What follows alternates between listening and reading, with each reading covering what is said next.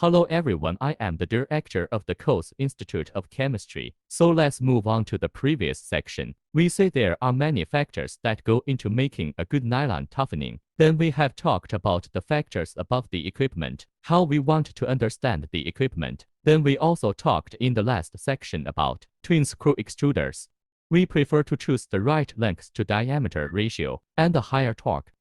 A high torque extruder has many advantages. Today we will focus on what I understand. One of the best advantages it can produce. It is the reduction of shear heat. The reduction of shear heat can be seen in two ways. Firstly, we have the nylon toughening. Firstly, we use twin screw extruder to do. It is often able to melt, can be plasticized well. It is often not the heating of the barrel. It is often due to the shear heat generated by the screw in the process of turning is sufficient to plasticize and melt the nylon. This is where we find during normal production operations. In fact, apart from the sections in front of zones 1 to 4, in addition to the heating work, in fact, after section 5 and 6, this area is often cooled rather than being heated. That is to say, during the rotation of the extruder, it actually generates a lot of shear heat. The shear heat is too great. It's definitely a bad result for the nylon material. It will cause